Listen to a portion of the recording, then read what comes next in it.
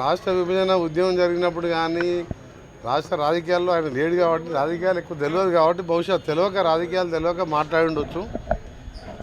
కోనసీమ గురించి తెలంగాణ ఉద్యమం జరగలేదు, తెలంగాణ రాలేదు.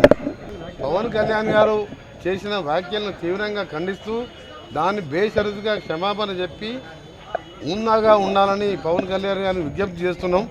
మీరు మంచి ఉద్దేశంతో రాజకీయాలకు వచ్చిండొచ్చు, కానీ ఈ విధంగా మాట్లాడి దాదాపు 13 సంవత్సరాలు అయిపోయింది. తెలంగాణ 13 సంవత్సరాలు పడుతున్నది. ఈ సమయంలో మా తెలంగాణని అవమానపరచొద్దని పవన్ కళ్యాణ్ గారు బేషరతుగా క్షమాపణ చెప్పితేనే తెలంగాణ ప్రజలు క్షమిస్తారు. కనీసం ఆయన సినిమా 1-2 రోజులన్నా ఆడుతుంది.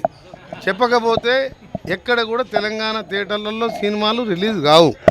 సినిమాటోగ్రఫీ మినిస్టర్గా నేను చెప్తున్నా ఈ మాట.